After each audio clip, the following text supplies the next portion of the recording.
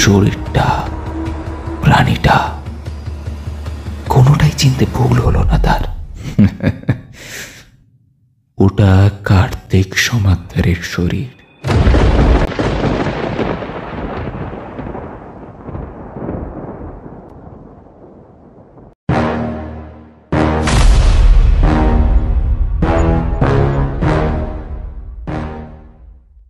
আজকের আমাদের বিশেষ নিবেদন অভিক সরকারের লেখা খোঁড়া ভৈরবীর মাঠ। কথকের ভূমিকায় আমি অত্রি। অন্যান্য চরিত্রে মেঘনা, তরুণ, মানসী, অনির্বাণ, খুশি, শুভ্রনীল, সুদেষ্ণা ও সুপ্রতিম। শুরু হচ্ছে আজকের আমাদের গল্প খোঁড়া ভৈরবীর মাঠ।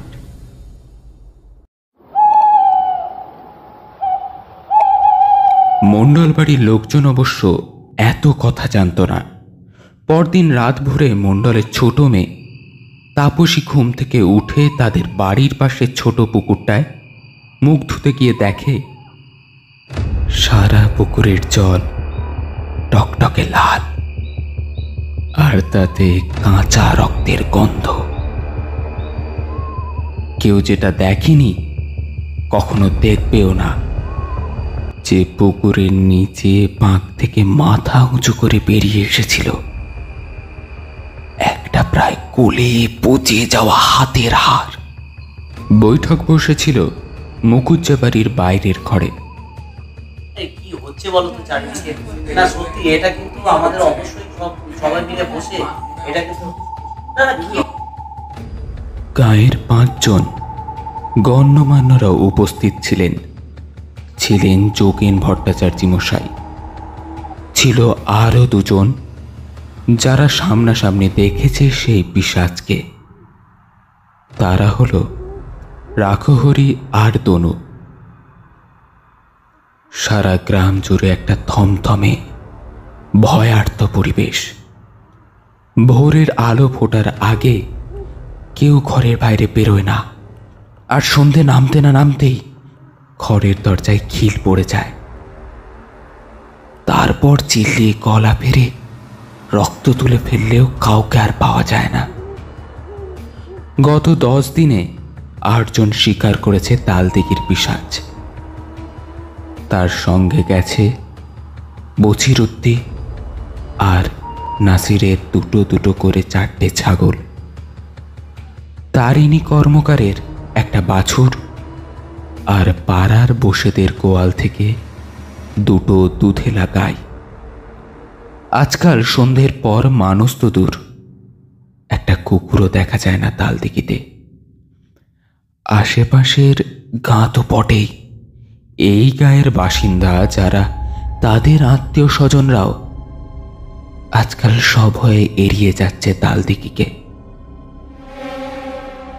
পুলিশে অবশ্য প্রাথমিকভাবে খবর দেওয়া হয়েছিল। তারা চৌকিও বসেছিল একখান, মস্ত একখান ভুঁড়ি দুলিয়ে আর মোটা গোঁপচোরা মুচড়ে হাবিলদার রতনলাল চৌবে এসে বসেছিল চৌকিতে। कौन बदमाश उदमाश कर रहा है ये सब?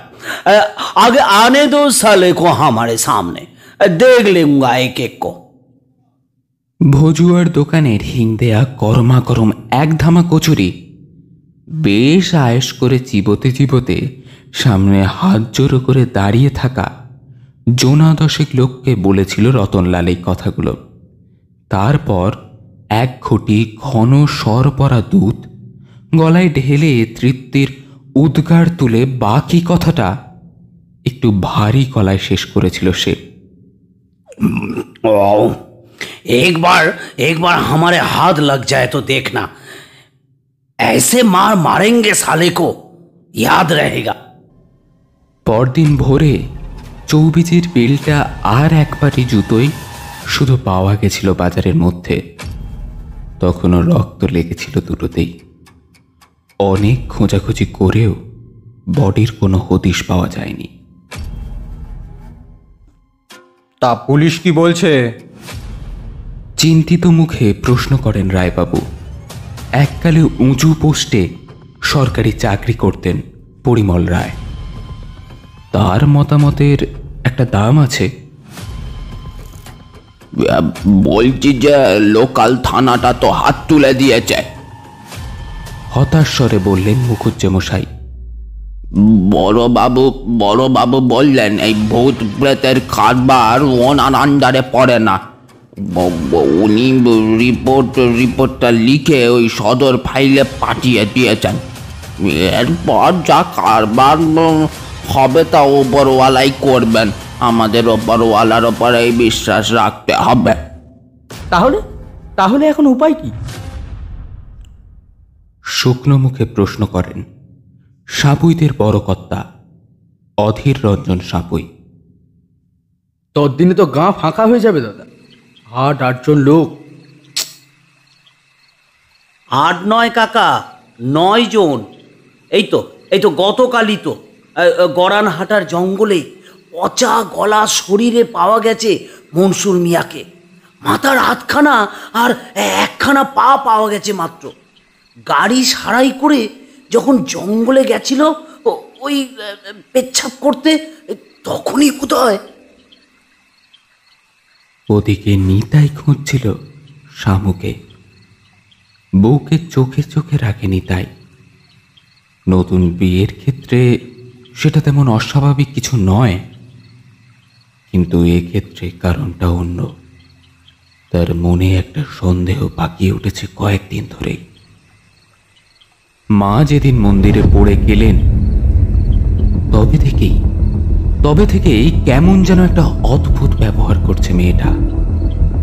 কথা নেই কারোর সঙ্গে, চুপচাপ থাকে দিনের বেশিরভাগ সময়। কথা বলতে গেলে এমন চোখে তাকায় যে দেখে বুকের রক্ত ঠান্ডা হয়ে যায়।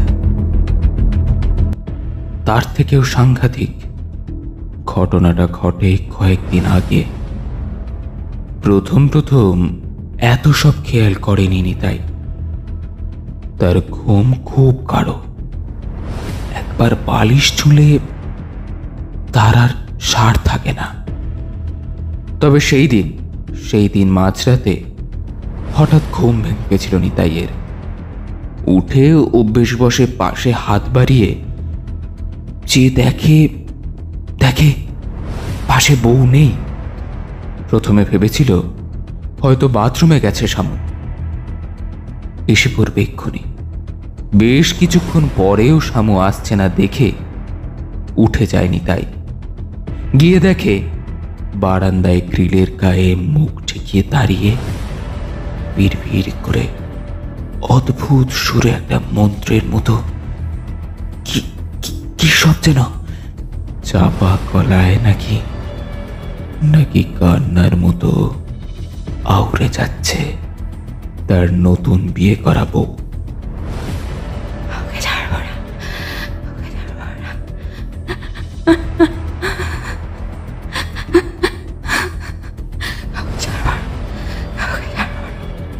সেই দিন হঠাৎ অকারণেই শীত করে উঠেছিল নিতাইয়ের। চুপচাপ বিছানায় এসে শুয়ে পড়েছিল সে। আরো ঘন্টাখানেক পরে ভোর রাতের দিকে ফিরে আসে শামু। কি করছিল সে অত রাতে? কোথায় গেছিল তার বউ? ও শামু গেলে কই? চাপা স্বরে ডাকতে ডাকতে বাড়ির অন্দরমহলে বউকে খুঁজছিল নিতাই। একটা কুটিল সন্দেহ তার মনে কয়েকদিন ধরে ক্রমেই ঘোট পাকিয়ে তুলছে। শুধু সেই দিন নয়, তারপর থেকে রোজ রাতে ঘুমোবার পর বেশ কিছুক্ষণের জন্য শামু যায় কোথায়, আর সেই সব রাতেই একটার পর একটা অঘটন ঘটে। কি করে, কি হয়? তাহলে আর কি মুখুজ্জে মশাই, এই গাঁ থেকে বাস ওঠাতে হবে মনে হচ্ছে। হতাশ শোনায় রায়বাবুর গলা। গিন্নি কথাটা অনেক দিন ধরেই বলছিলেন বটে। কালই তবে আমরা পাটনা চলে যাচ্ছি মেয়ের কাছে। মা যদি চান তবেই ফিরবো, যে তার ইচ্ছা করে না। চললাম মুখুজ্জে মশাই, চললাম ভাই, সব সাবধানে থাকবেন। মা ভৈরবী সবার মঙ্গল করুক। মা মাগো সবার মঙ্গল করো মা। বলে চাদরটি কাঁধে তুলিয়ে বাইরের দিকে হাঁটা দেন রায়মশাই। সেই শেষ দেখা রায়বাবুর। পরের দিন ভোরবেলা পাশের গ্রাম জগৎবল্লভপুরের একজন মানুষ এসে খবর দেয় যে 2 গাঁয়ের মধ্যিখানে যে শুকনো খালটা আছে তার মধ্যে রায়বাবু পড়ে আছেন। রায়বাবু বলতে তার শরীরটার কথাই বলেছিল সে। কোমরের নিচে থেকে অর্ধেক খাওয়া, মাথাটা উল্টো করে ঘোরানো। তবে তার থেকেও যেটা ভয়ানক সেটা হচ্ছে যে বাকি শরীরটা কে যেন ধারালো রামদা জাতীয় কিছু একটা দিয়ে প্রবল আক্রোশে কুপিয়ে খণ্ড খণ্ড করে রেখে গেছে। আর খালের মাটি ভেদ করে রায়বাবুর খুলি ফাটিয়ে মুখ হুঁড়ে উঠেছিল একটা পুরনো শ্যাওলা ধরা হাড়ের টুকরো। নিঃসারে ঘুমিয়েছিল নিতাই, মানে ঘুমের ভান করে একপাশে ফিরে শুয়েছিল বিছানায়। আজ অমাবস্যা, যেদিন তার মা ভৈরবী মন্দিরে পড়ে গেছিল। তারপর ঠিক 15 দিন হলো আজ। তার ওপর আজ সূর্যগ্রহণও বটে। কালীতান্ত্রিকের কথা সত্যি হলে আজই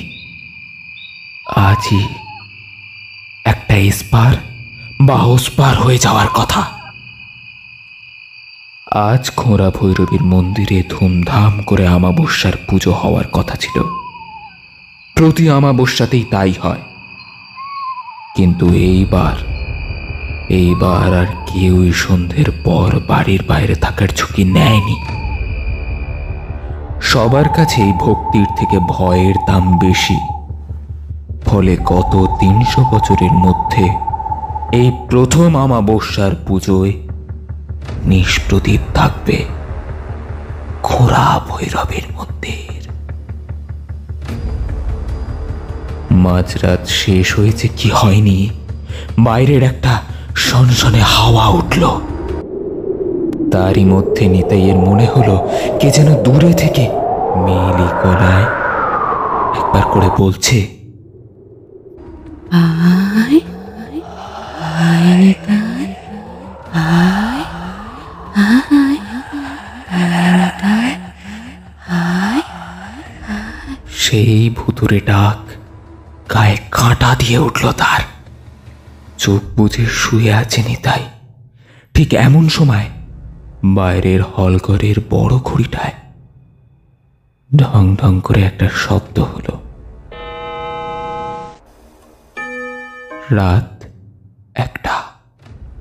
এইবার বিছানায় একটা মৃদু নড়াচড়া টের পায়নি তাই। চোখ বুজে থাকলেও শরীরের বাকি সমস্ত ইন্দ্রিয়গুলো সজাগ হয়ে ওঠে তার। পেশিগুলো টান টান হয়ে যায়। শামু উঠছে বিছানা ছেড়ে। নাক ডাকার শব্দটা বাড়িয়ে দেয়নি তাই। বুঝতে পারে যে উঁচু খাট থেকে হালকা পায়ে ঘরের মেঝেতে লাফিয়ে নামল শামু। শোনা গেল তার নুপুরের একটা আওয়াজ। মিনিট 3 অপেক্ষা করে উঠে পড়েনি তাই। বিছানা থেকে নেমে ঘরের বাইরে বেরিয়ে আসে সে। সারা বাড়ি চুপচাপ, কোথাও কোনো শব্দ নেই। শুধু দূর থেকে অস্পষ্টভাবে নুপুরের শব্দ আসছে তার কানে। কোথায় কোথায় কোথা থেকে আসছে শব্দটা? বারান্দার দিকটা একবার দেখে নেয়নি তাই। না, একদম ফাঁকা। খিড়কি দরজার দিকে আসতেই আবার কিছু একটা শব্দ তার কানে এলো। ক্ষীণ হতে হতে মিলিয়ে গেল সেই শব্দটা। মানে খিড়কি দরজা দিয়ে বেরিয়ে গেল শামু। ওদিকে যেতেই সিঁড়ির নিচ থেকে ছায়ার মতো বেরিয়ে আসে দুজন। তাদের একজনকে ফিসফিস করে প্রশ্ন করেনি তাই, কাকা কাকা তোমার বৌমাকে দেখলে নাকি? সেইভাবেই চাপা স্বরে উত্তর দেয় রাখহরি।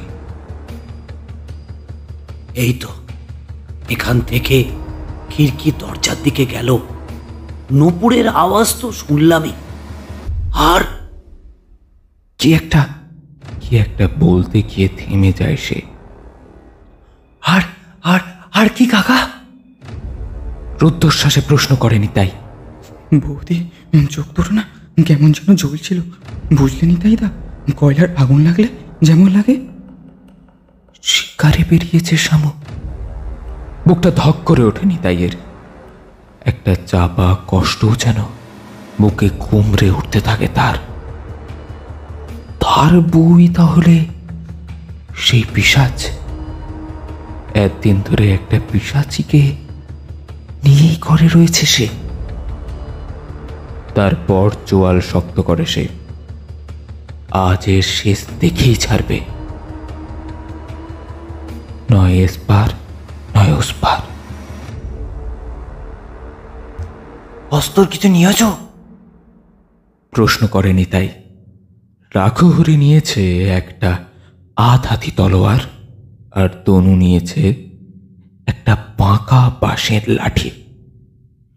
সব দেখে শুনে নিতাই বলে, চলো চলো সবাই যাওয়া যাক। খিড়কি দরজাটা ভেজানোই ছিল, অর্থাৎ শামু এখান থেকে এক্ষুনি বেরিয়েছে। ধীরে সন্তর্পণে ওরা তিনজন বাইরে আসে। এবার ওরা যাবে কোন দিকে? নূপুরের আওয়াজ শোনা যাচ্ছে না কেন?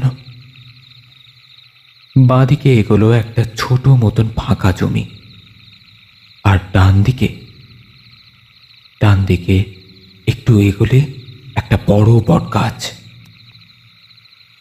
তার পেছনে মণ্ডলদের পুকুর, যে পুকুরের জলই সেদিন রক্তে ভেসে গিয়েছিল।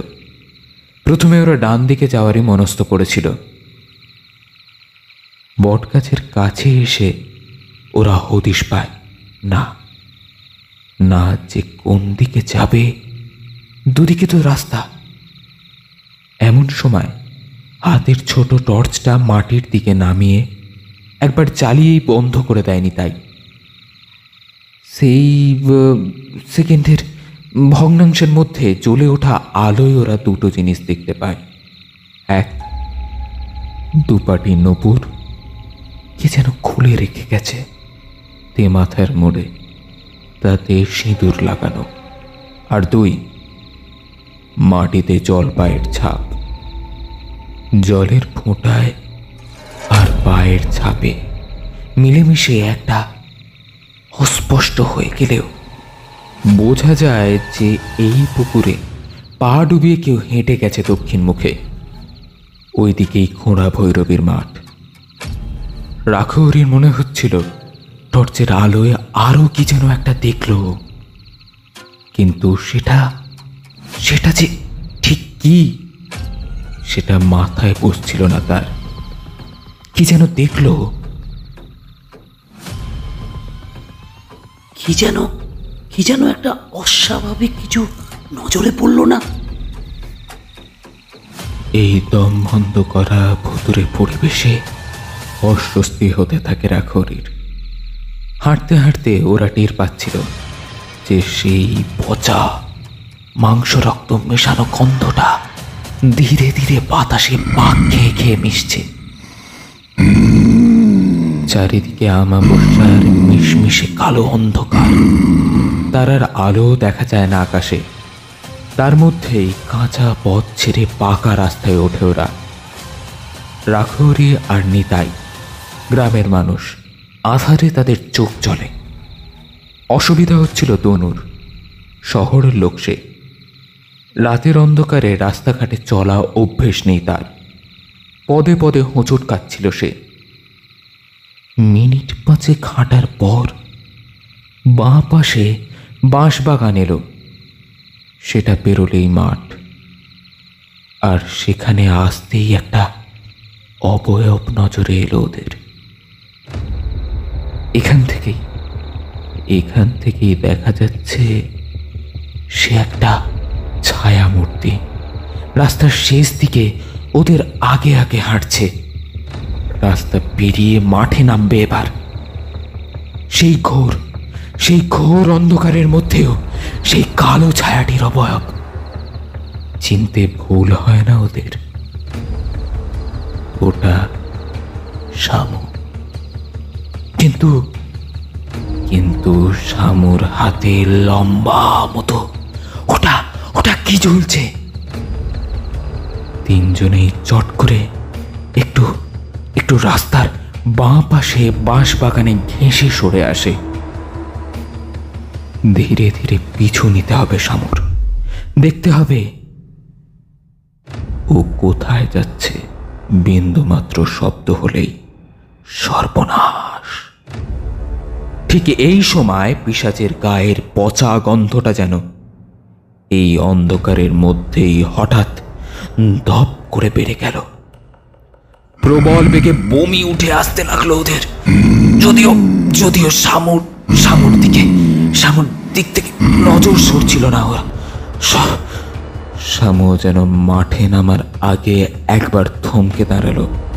তারপর শিয়াল যেমন না গুছিয়ে বাতাসে গন্ধ শোকে, ঠিক সেইভাবে মাথা উঁচু করে কি যেন শুঁকতে লাগলো সে। নিজের বুকের ধকধক আওয়াজ শুনতে পাচ্ছিল নিতাই। কি করছে শামু? ওদের গায়ের গন্ধ শুকছে। এইবার শামু পিশাচের শিকার কি ওরা? নিতাইয়ের পিঠটা খামচে ধরেছিল তনু। বা রাখহরির মধ্যে কেউ একজন। সে হাতটা থরথর করে কাঁপছিল। শ্বাস বন্ধ করে মাথা নিচু করে বসেছিল ওরা। ঠিক সেই সময় একটা অঘটন ঘটে গেল। পাশে সরতে গিয়ে একটা ছোট গর্তে পা পড়তে চেঁচিয়ে উঠল রাখহরি। সেই শব্দ শুনে অতি ধীরে পিছনে ঘুরল শামু। আর তারপর টকটকে চোখ দুটি মেলে সোজা তাকালো তাদের দিকে। এরপর সেই ঘোর অন্ধকারের আকাশ আর মাঠ পিছনে রেখে ধীরে সুস্থে হাতের লম্বা জিনিসটার মাথা মাটিতে ঘষ্টাতে আস্তে আস্তে তাদের দিকে এগিয়ে আসতে লাগলো সেই অবয়ব।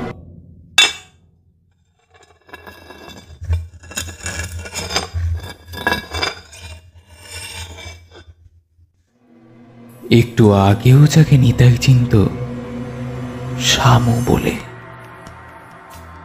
নিতাইয়ের চোখে তারা নড়ছিল না বিন্দুমাত্র। সেই অন্ধকার রাতে তার চোখের সামনে ফুটে উঠেছিল এক আশ্চর্য ভয়াল ছবি। শামুর পিছনে নিঃশ্বাস বন্ধ করে দাঁড়িয়ে আছে এক শব্দহীন নীল কালো রঙের আকাশ। আকাশের শেষে এক প্রান্তে নিঃসারে ফুটে আছে একটি অসহায় আলোহীন মন্দিরের ছায়া। আর মন্দিরের পায়ের কাছে বিছিয়ে আছে একটি ধুধু করা মাঠ, খোঁড়া ভৈরবীর মাঠ। সেই মাঠের সামনে সরু পথ ধরে এগিয়ে আসছে একটি নারী মূর্তি, যার হাতে ধরা জিনিসটার মাথা রাস্তার মাটিতে পাথরে ঠেকে ভীতিপ্রদ আওয়াজ তুলছে।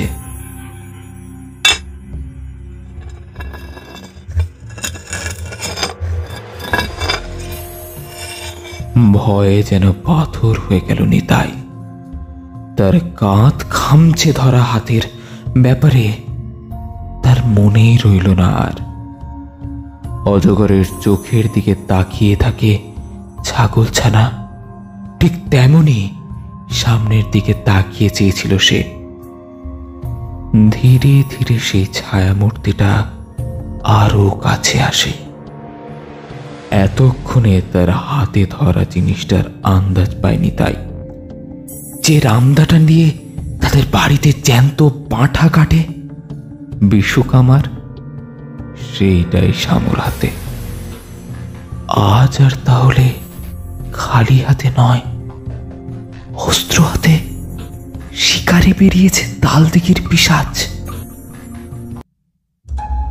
পাটা আটকে গেছিল নিতাইয়ের।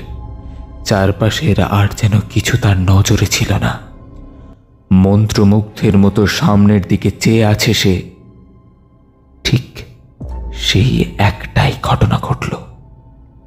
নিতাইয়ের চোখের সামনে হঠাৎ করে একটা কুয়াশার মিহি পর্দা যেন নেমে এলো রাস্তার মধ্যিখানে। অবশ্য বেশিক্ষণের জন্য নয়, কয়েক সেকেন্ডের বেশি হবে না। পরক্ষণে সরে গেল পর্দা, আর দেখা গেল যে ওর সামনে আর কিচ্ছু নেই, সব ফাঁকা। শামু উধাও। ব্যাপারটা এত চকিতে ঘটে গেল যে ধাঁধা লেগে গেল নিতাইয়ের। মনে হলো হঠাৎ করেই যেন উবে গেল সামনের লোকটা। আস্তে আস্তে বাঁশবনের মধ্যে আরো খানিকটা সেঁধিয়ে গেল নিতাই।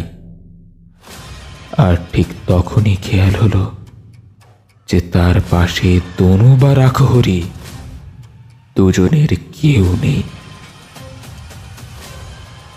চাপা আসরে একবার দুজনের নাম ধরে ডাকলো নিতাই।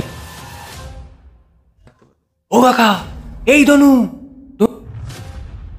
অন্ধকার হাওয়া যেন বাঁশপাতার মধ্যে বয়ে গিয়ে খিলখিল হাসির শব্দ তুলতে লাগলো নিতাইয়ের চারপাশে। নিতাইয়ের মনে হলো যেন সেই অন্ধকার বাঁশবন তাকে গিলে খেতে আসছে। এই প্রথম ভয় পেল নিতাই, তীব্র ভয়। বাঁদিকে একটু সরল নিতাই। তার পায়ের নিচে মরমর করে উঠল শুকনো পাতার দল। অন্ধকারের মধ্যেই ঠাউর করে বাঁশবনের মধ্যে অন্যদিকে যেতে চাইছিল সে। ধীরে, খুব ধীরে পা ফেলতে লাগলো সে। আর ঠিক সেই সময় ব্যাপারটা কানে এলো তার।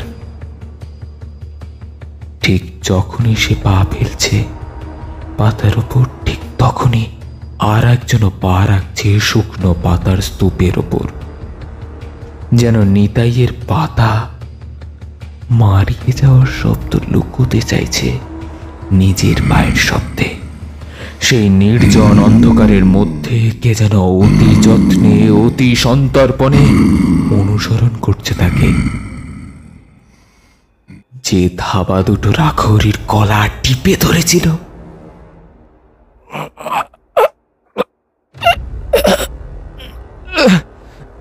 সে হাত দুটো থমকে যায় একটু।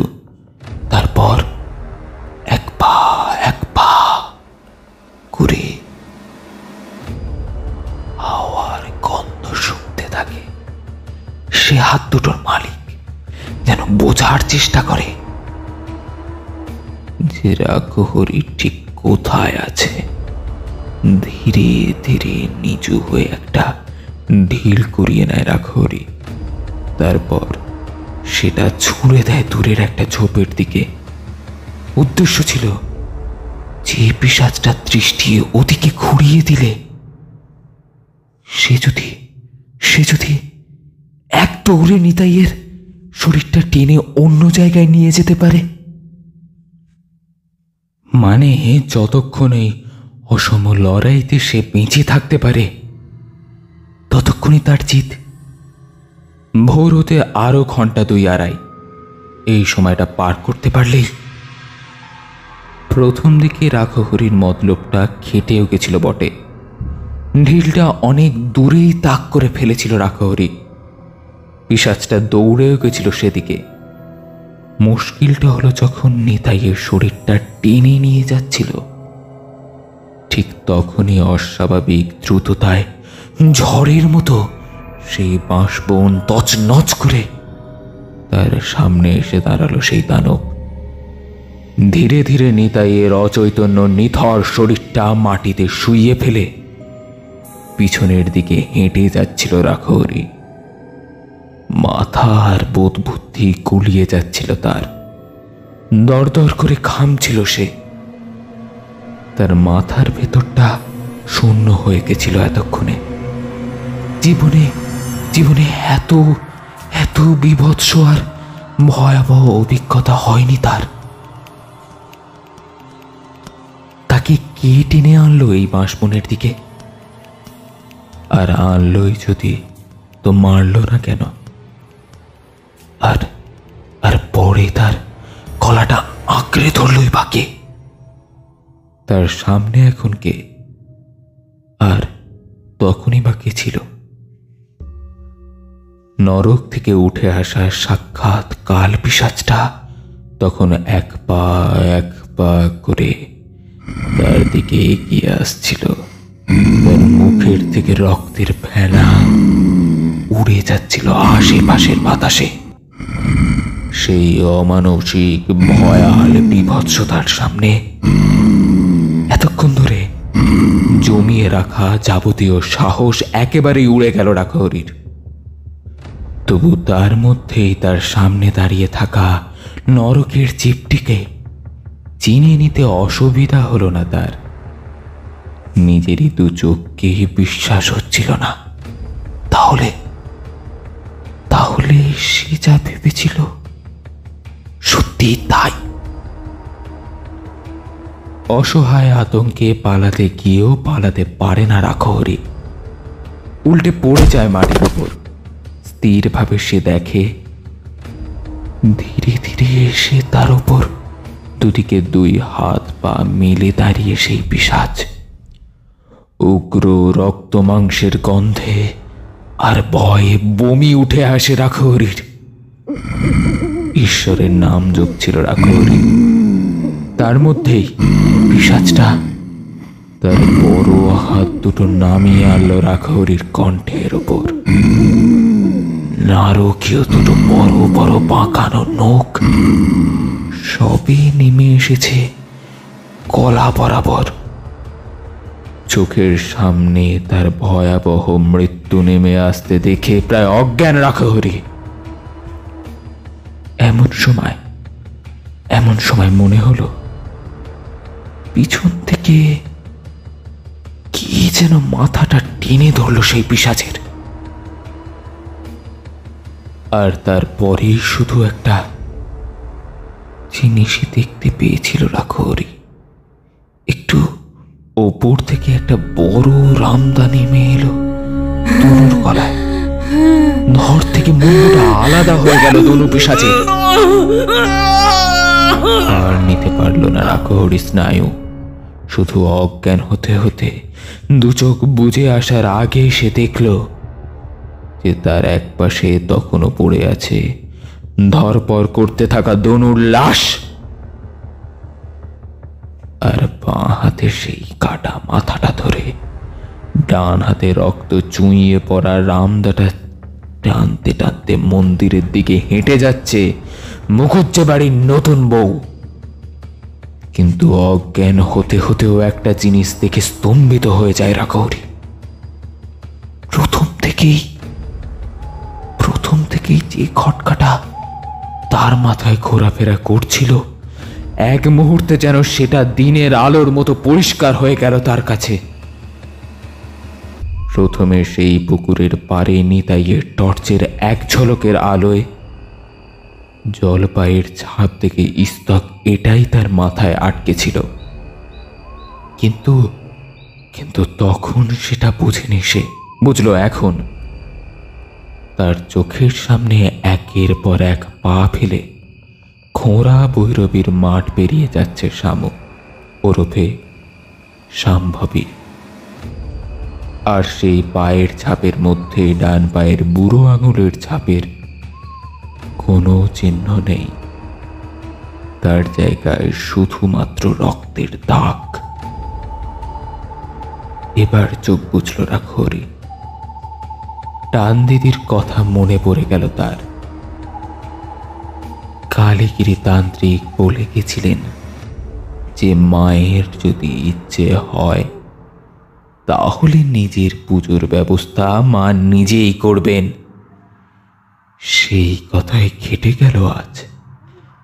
তালদিঘির খোঁড়া ভৈরবে আজ নিজের পুজোর নৈবেদ্য নিজেই জোগাড় করে নিয়েছেন।